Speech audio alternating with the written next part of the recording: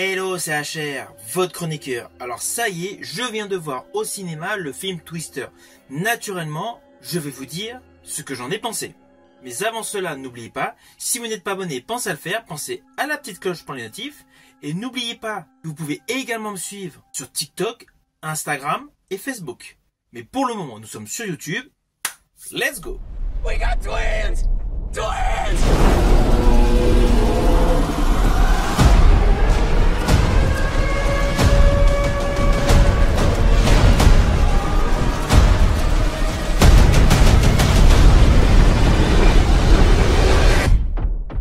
Alors tout d'abord, n'oublions pas que ce film Twisters de 2024 est en fait une sorte de suite au film de 96, réalisé par Jan de Bont, Twister. Film qui mettait en vedette l'actrice Helen Hunt et Bill Paxton. Alors l'histoire, elle était assez simple. Nous découvrions dans un premier temps la jeunesse du personnage d'Helen Hunt. Son père était emporté par une tornade. Forcément, elle a choisi comme métier chasseuse de tornades, c'est-à-dire scientifique pouvant déterminer la cause des tornades et surtout pouvoir déterminer leur mouvement. Dans ce premier film, donc Twister, son ex-compagnon, donc interprété par Bill Paxton, venait lui faire signer les papiers de divorce et à cet instant précis, une série de tornades se déclenche. Et le personnage interprété par Helen Hunt, justement, utilisait une création du personnage de Bill Paxton pour pouvoir faire des calculs, des mesures au cœur des tornades. Voilà, c'était l'histoire de base de ce film, qui était très spectaculaire, qui était totalement innovant et qui avait pas mal d'effets visuels assez conséquents. Alors, naturellement, le couple se rabibochait et à la fin, ils avaient certaines valeurs, certaines données essentielles afin d'augmenter les connaissances sur les tornades. C'était assez simple comme histoire, mais c'était un film assez punchy, assez dynamique et en plus, il a eu un excellent succès. Alors sur le fond, on a tout de suite pensé qu'il y aurait une suite, mais comme Jan de Bont, le réalisateur, avait fait un autre succès qui était un polar, c'était Speed, avec Keanu Reeves et Sandra Bullock, il s'était attelé immédiatement à la suite de Speed, qui n'a pas du tout marché. De ce fait, ça a complètement stoppé le projet de base de suite de Twister. Cela n'empêche pas que des années plus tard, un projet Twister était écrit justement par le personnage féminin du premier film Helen Hunt, mais qui n'a pas convaincu les studios. Ceci dit, il y a eu pléthore de projets. En 2020, il y a eu un autre projet par Joseph Kosinski, qui a réalisé Top Gun Maverick, mais ce projet n'a pas abouti non plus. C'est en octobre 2022 qu'un nouveau projet intéresse Amblin Entertainment, dont le PDG est Steven Spielberg, et c'est là que le projet va commencer à mûrir. Il y a plusieurs réalisateurs qui sont dans un premier temps attachés à ce projet, mais à cause de calendrier de tournage, il y a eu des complications. Un nouvel réalisateur a été choisi, Lee Isaac Chung. Ainsi, le projet a vu le jour et il est produit comme le premier film par Frank Marshall, Amblin Entertainment et Warner Bros. Alors, après avoir vu ce film, je vous préviens, on ne peut pas considérer ce film comme un reboot, ni comme une suite d'ailleurs. C'est plus un film dans le même style mais indépendant.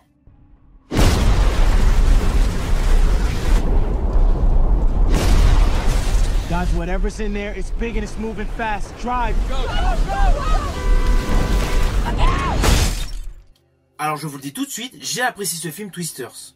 C'est un bon film à sensation, avec une ambiance années 90 et beaucoup d'effets visuels extrêmement bien réussis. Tout dans ce film est en adéquation pour vous attirer. Il y a de la bonne musique, il y a de bons effets visuels et il y a une belle histoire qui met en valeur les deux protagonistes principaux. Alors oui, il y a plusieurs protagonistes dans ce film, mais nous avons principalement en exergue dans ce film une scientifique et un youtubeur. Et justement, leur ligne de dialogue est un plus à ce film, qui a l'histoire suivante. Alors bien évidemment, je vais vous le faire de manière très simple.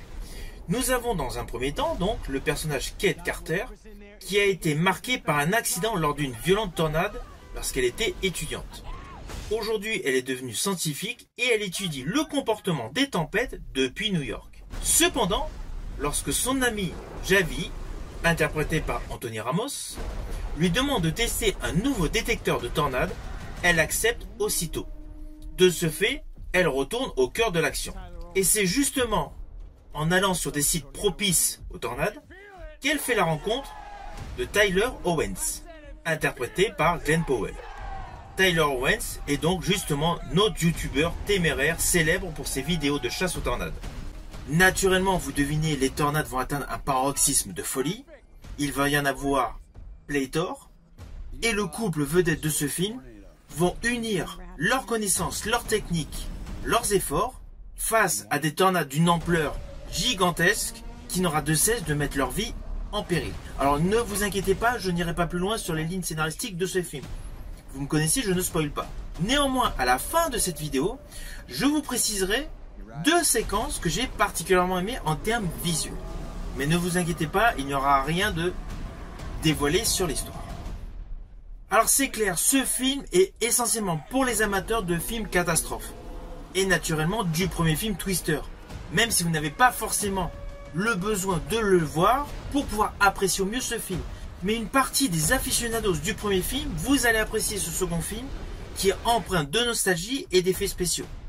Et quant aux nouveaux spectateurs, vous allez découvrir qu'il y a une véritable alchimie entre une belle histoire et des effets visuels à couper le souffle. Alors on va pas se mentir, c'est un film fait pour des grands écrans. C'est clair qu'après sa sortie au cinéma, il va avoir une vie sur des plateformes numériques. Mais la qualité visuelle sera forcément largement atténuée. Tandis que sur grand écran, lorsque vous voyez la tornade qui arrive vers vous, forcément vous avez vraiment l'impression qu'elle est vraiment devant vous, quoi. Les effets visuels sont extrêmement saisissants. Alors ce film est un véritable blockbuster. Néanmoins, il y a plusieurs schémas assez classiques, assez convenus tout au long de ce film. Dans un premier temps, le repérage des tornades, après la course-poursuite en voiture, et dans plusieurs cas dans le film, un drame. Ce schéma classique va être répété plusieurs fois. Mais honnêtement, c'est comme un manège. On remonte à chaque fois jusqu'à l'aboutissement qui est différent au fur et à mesure de l'avancée de l'histoire. Et c'est assez vif, c'est assez haletant. Mais cela n'empêche pas qu'il y a des moments d'émotion, des moments un peu humoristiques, et évidemment des moments très nostalgiques. Alors je rajouterai qu'outre le fait de la réalisation de Lee Isaac-Chung qui est parfaite, les effets spéciaux, tout ce qui est VFX et CGI est parfaitement maîtrisé, l'atout principal de ce film est essentiellement la composition des 2 personnages principaux. Daisy Edgar Jones, en scientifique, elle est plus vraie que nature, et elle est totalement antagoniste au personnage interprété par Glenn Powell. Le personnage Kate Carter colle parfaitement à toute l'histoire. Alors moi, perso, l'actrice Daisy Edgar Jones, je l'avais uniquement vue dans la série sur Canal+, La Guerre des Mondes. Les autres interprétations qu'elle a eues, je ne les ai pas vues. Ceci dit, elle a une petite carrière pour le moment. Tandis que Glenn Powell, qui est donc le youtubeur prêt à tout un peu casse-cou, lui, commence déjà à avoir une belle carrière qui s'étale sur près de 20 ans. Vous avez notamment pu le voir dans Expendables 3, dans Top Gun Maverick, dans Dévotion, dans Tout Sauf Toi. C'est un acteur assez complet qui a joué dans divers registres totalement différents. Et sa composition dans ce film est correcte. Calls himself a tornado wrangler. If you feel it, Alors attention à ce que je vais dire, cela s'apparente à des spoils, mais c'est plus par rapport à des détails visuels, comme je vous l'ai dit en début de vidéo.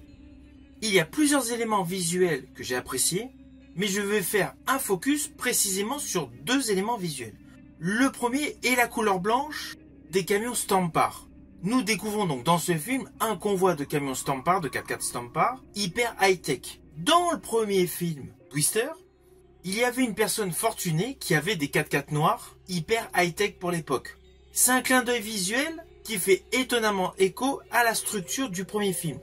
Sauf qu'au lieu qu'il soit noir, les 4x4 sont blancs. Voilà, c'est un petit détail, mais pour les aficionados des clins d'œil cinématographiques, il est pas mal. Ah oui, il y a plusieurs petits clins d'œil dans le film. Je pense notamment à Dorothy, qui a d'ailleurs le personnage de la jeune femme du magicien d'Oz. Et justement, les 3 détecteurs dans ce nouveau film se nomment l'homme de fer, l'épouvantail et Lion. Mais bon, ça c'est toujours par rapport à la référence du magicien d'Oz qui était déjà en référence dans le premier film Twister. Ça c'est juste pour l'anecdote. En tout cas, le deuxième détail visuel que j'ai particulièrement aimé dans ce film, c'est après un moment de tornade. Bon, vous doutez, forcément un film de tornade, il y a des tornades. Il y a un petit côté cocasse avec un poulet, enfin une poule, qui se retrouve sur un capot. Et juste après ce moment, donc un peu humoristique, on bascule sur la constatation d'un désastre occasionné par les tornades. Ce changement radical de séquence et surtout la présentation de ce moment tout en émotion est vraiment une séquence que j'ai appréciée. Séquence qui n'était absolument pas montrée dans le premier film de 96. Vous voyez, ce n'était pas des spoils de folie, c'était vraiment par rapport à des détails visuels.